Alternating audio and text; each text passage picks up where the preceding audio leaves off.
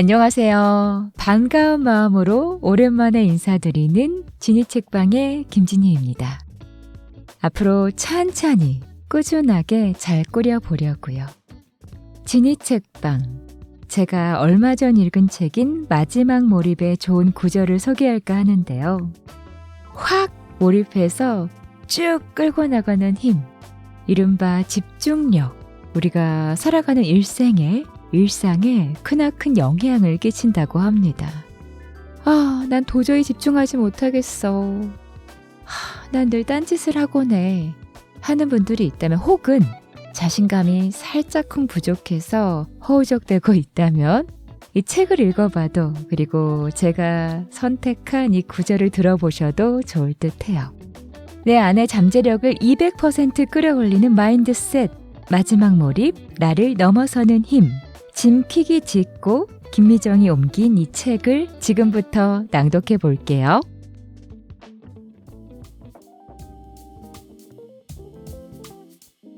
제1부, 왜 우리는 스스로 평범하다고 생각할까? 제1장, 슈퍼히어로 이전의 삶에서 깨닫지 못한 것들. 이제 지금의 나는 잊어라.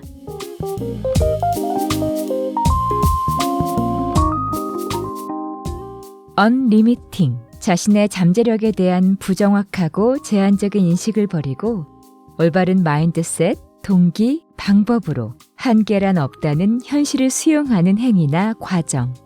오랜 동안 나는 내가 인지한 제약으로 자신을 규정하며 살아왔다.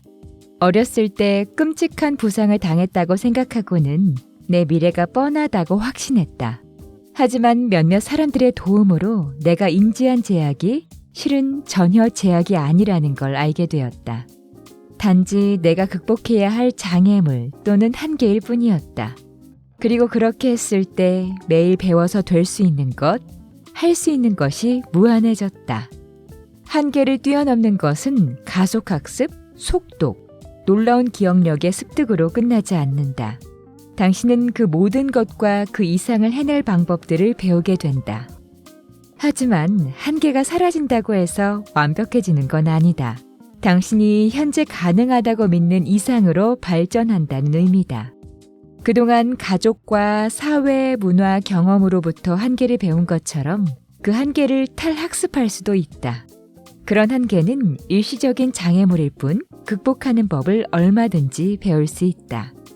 대부분의 사람들은 현재의 현실에 맞춰 꿈을 제한하고 축소한다. 우리는 우리가 처한 상황, 우리가 받아들인 신념, 우리가 가는 길이 곧 현재의 우리이자 앞으로의 우리라고 확신한다. 하지만 다른 선택지가 있다. 지금까지 쌓아온 자신의 모습, 능력, 인생에 대한 신념에서 벗어나 마지막이라는 생각으로 자신의 내면을 깊게 들여다보자. 오랫동안 가지고 있던 마인드셋, 동기, 방법의 한계를 없애고 확장하여 잠재력을 마음껏 펼치는 삶을 만들어갈 수도 있다. 남들이 하지 않는 일을 한다면 남들이 할 수 없는 방식으로 살 수 있다.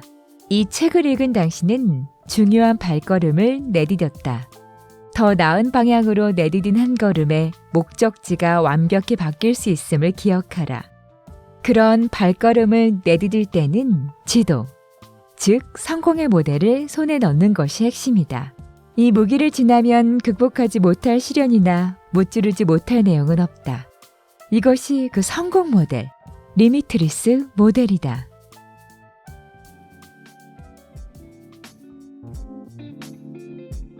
마인드셋, 동기, 방법이 핵심이다.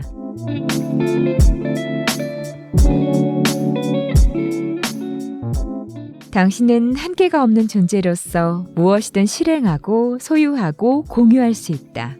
만약 당신이 잠재력을 최대로 발휘하거나 배우거나 생활하고 있지 않다면, 지금의 현실과 원하는 현실 간의 차이가 있다면 그 이유는 다음 3가지 한계 중 하나 이상에 갇혀있기 때문이다. 이 한계는 제거하거나 교체해야 한다. 첫째, 마인드의 한계. 자신의 능력, 자격, 가능성, 즉 자기 자신에 대한 믿음이 약하다. 둘째, 동기의 한계. 생각을 행동으로 옮기는 추진력, 목적의식, 에너지가 부족하다. 셋째, 방법의 한계. 원하는 결과를 내기에 효과적이지 않은 방법을 배웠고 그에 따라 행동하고 있다. 이는 개인뿐 아니라 가족이나 조직에도 적용된다. 우리 모두는 각기만의 고유한 투쟁의 역사와 강점이 있다. 당신의 상황이 어떻든 간에 다행스러운 점은 당신만 그런 게 아니라는 점이다. 이제 그 한계를 뛰어넘는 마인드셋과 동기와 방법으로 당신만의 방식으로 한계를 없애고 잠재력을 발휘하도록 하자. What? 마인드셋. Why? 동기. How? 방법. 이 세 가지가 중요하다. 마인드셋은 우리가 어떤 사람인지, 세상이 어떻게 돌아가는지, 우리가 무엇을 할 수 있고 무엇이 가능한지에 대한 신념과 태도 또는 가정을 의미한다. 동기는 행동을 취하는 목적, 특정 방식으로 행동하는 데 필요한 에너지를 말한다. 마지막으로 방법은 어떤 것을 달성하기 위한 구체적인 과정, 정돈되고 논리적이고 체계적인 지시를 의미한다. 그리하여 what, why, how, 마인드셋, 동기, 방법. 무엇, 왜, 어떻게, 이 순이다. 앞서 살펴본 리미트리스 모델에 대해 한 가지 더 지적해 둘 게 있다. 마인드셋과 동기가 겹치는 부분에는 영감이 있다. 이 영감을 얻었지만 어떤 방법을 써야 할지 또는 어디에 에너지를 쏟아부어야 할지 모르는 경우다. 동기와 방법이 겹쳐지는 부분에는 실행이 있다. 이 경우는 적절한 마인드셋이 없어서 자신이 할 수 있다고 느끼는 것, 자격이 있고 가능하다고 믿는 것에 국한된 결과를 얻는다. 마인드셋과 방법이 겹쳐지는 부분에는 관념이 있다. 자신의 야망을 불태울 에너지가 없어 야망이 마음속에만 머무는 경우다. 세 가지가 모두 겹치는 경우는 한계가 없는 상태다. 즉, 마인드셋, 동기, 방법의 세 박자가 통합되는 순간 한계를 초월해 원하는 것을 충분히 이룰 수 있는 단계에 이르게 되는 것이다.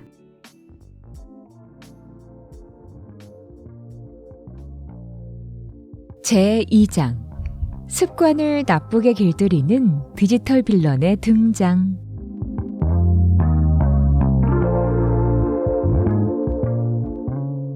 모든 사람은 놀라운 초능력을 품고 있으며 이를 자각하기만 하면 된다. 날아다니거나 철갑 수트를 만들거나 눈으로 레이저를 쏘는 능력을 말하는 게 아니다. 빠른 독서 능력, 갑옷 같은 기억력, 레이저 같은 집중력, 끝없는 창의력, 명료한 사고, 마음 챙김, 초연한 마음가짐 등의 실용적인 초능력 말이다. 우리는 모두 어느 면에서 슈퍼 히어로들이다. 슈퍼 히어로에게는 초능력도 있지만 최대의 적수, 즉 슈퍼 빌런도 있다. 배트맨에게는 조커, 슈퍼맨에게는 렉스투어 같은 존재 말이다. 우리가 마주치는 악당은 영화와는 다를지 몰라도 여전히 악한이며 슈퍼 히어로인 당신이 저지하고 쳐부숴야 할 대상이다. 현대의 슈퍼 빌런들은 우리의 앞을 가로막고 삶을 더 어렵게 만들어 잠재력을 발휘하지 못하도록 막는다. 그들은 우리에게서 생산성과 풍요로움, 긍정적인 태도와 마음의 평화를 앗아간다.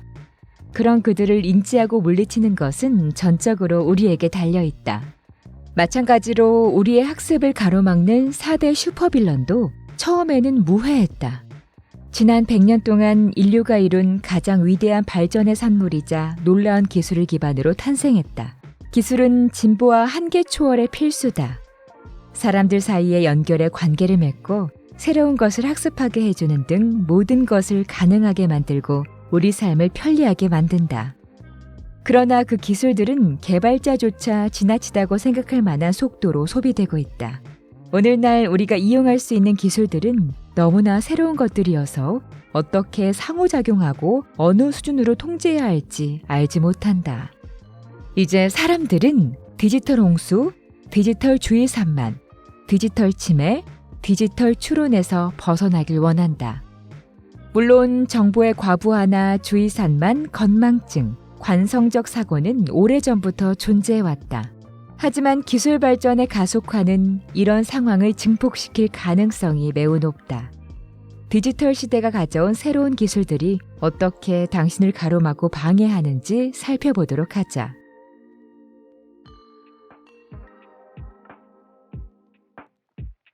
우리를 쉴 수 없게 만드는 정보의 홍수.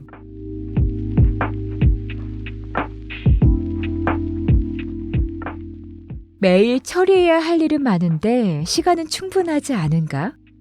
오늘날 우리는 자유롭게 정보에 접근할 수 있는 세상을 살고 있다. 지금과 같은 연결성의 시대에 어찌 보면 무지는 선택이다. 15세기와 비교하면 1400년대 보통 사람이 평생 흡수했을 데이터를 지금 우리는 단 하루에 소비한다.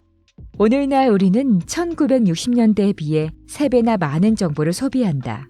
2015년 한 보고서의 설문조사에 따르면 이 조사에 응한 사람들은 하루에 8시간 동안 미디어를 소비한다고 답했다. 뉴욕타임즈의 기술 전문 기자인 맷 릭텔은 인터뷰에서 우리가 너무 많은 음식을 소비하는 것처럼 너무 많은 기술을 소비한다면 나쁜 영향을 끼칠 수 있다고 말했다. 휴식의 효과를 연구하던 캘리포니아 대학교 샌프란시스코 캠퍼스의 연구자들은 쥐에게 새로운 경험을 제공한 후 쥐가 경험하는 도중과 이후의 뇌파를 측정했다.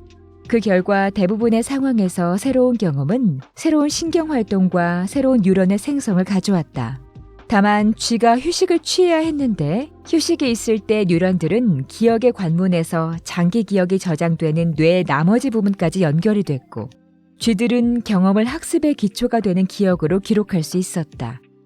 그런데 휴식 시간이 없다면 어떻게 됐을까?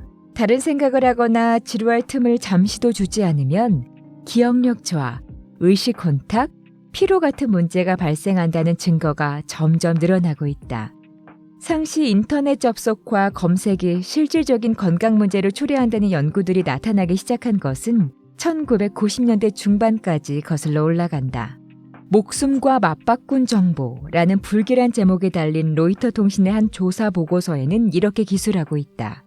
응답자 3명 중 2명이 정보 과부하가 동료와의 갈등 및 직무 만족도 하락과 관련이 있다고 했다. 42%는 이런 스트레스로 건강이 나빠졌다고 했고 61%는 정보 과부하로 사회활동을 취소해야 한다고 했으며 60%는 너무 피곤해서 여가활동을 못할 때가 많다고 했다. 이 보고서는 이렇게 덧붙인다. 사람들은 정보와 정보 채널의 맹공격에 이제는 정보를 관리하는 단순한 루틴조차 개발할 수 없게 되었다. 설상가상으로 정보의 반감기도 감소하고 있다. 정보의 반감기란 어떤 정보가 다른 새로운 정보나 정확한 정보로 대체되기까지 걸리는 시간이다. 다시 말해 기껏 공부해봐야 얼마 안 가 낡고 쓸모없는 정보가 될 가능성이 높다. 강력한 증거를 바탕으로 하고 있어 당시에는 진실로 받아들였던 기사, 책, 다큐멘터리 사실조차도 곧 새로운 연구가 나오면 완전히 뒤바뀌고 만다. 그러니 실천 포인트를 하나 제시한다. 잠시 짬을 내어 이번 주 일정에서 30분을 비워두자. 주변의 정보기기와 디지털 환경에서 벗어나 정신을 맑게 하고 긴장을 풀고 창의력을 발휘하는 데 쓸 시간을 마련하라.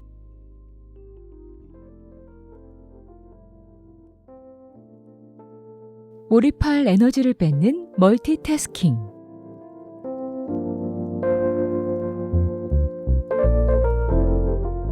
늘 전원이 꺼져 있고 항상 접속 상태인 모바일 기기 때문에 우리는 친구나 가족과 대화를 오래 이어나가기 어렵고 일에 집중하는데도 어려움을 겪는다. 하지만 우리 대부분이 하는 일과 생활은 디지털 접속 없이 한참을 지내기가 불편하다. 연락이 되지 않으면 손해를 볼 것이라는 두려움 때문에 늘 접속 상태를 유지한다.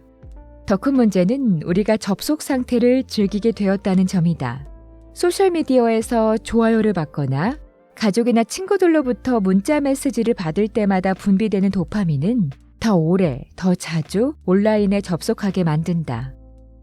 그러나 그런 보상은 우리 뇌를 변화시킨다. 줄을 서서 기다리거나 버스나 약속을 기다릴 때 우리는 잠시나마 긴장을 풀고 쉴 수 있음에도 곧장 휴대전화를 꺼내 산만함의 근육을 훈련한다.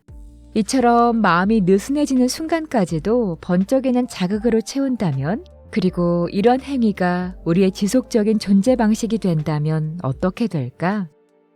항상 접속 상태를 유지하는 것이 안정감을 줄지는 몰라도 행복을 주지는 않는다. 브리티시 컬럼비아 대학교 박사과정 학생인 라이언 드와이어의 연구는 디지털 습관이 인간관계에 어떤 영향을 미치는지 보여준다. 그는 한 실험에서 300명 이상의 성인과 대학생들에게 식사하는 동안 휴대전화를 집어들 수 있게 탁자 위에 올려놓거나 무음으로 바꾸고 통에 넣어두게 했다. 그런 후 유대감, 즐거움, 산만함, 지루함에 대한 느낌을 묻는 설문지를 작성하게 했다. 식사 중에 휴대전화를 사용한 시간도 설문지에 자세히 밝혀야 했다. 휴대전화를 쉽게 쓸 수 있었던 사람은 더 자주 휴대전화를 사용했고 더 산만함을 느꼈다고 답했다. 그들은 휴대전화를 통에 넣어둔 사람들보다 식사를 즐기지 못했다. 드와이어는 현대 기술은 경이로울지는 몰라도 우리가 어떤 일에 집중하지 못하고 옆길로 새게 만든다. 또 친구나 가족과 함께하는 특별한 순간들을 앗아간다 라고 말한다. 이런 문제를 겪는 것은 성인만이 아니다. 기술의 가용성과 함께 온라인에서 소셜미디어 활동을 열심히 해야 한다는 사회적 압력 때문에 많은 아동과 청소년도 디지털 주의산만 현상을 경험하고 있다. 여기서 실천 포인트를 하나 더 제시한다.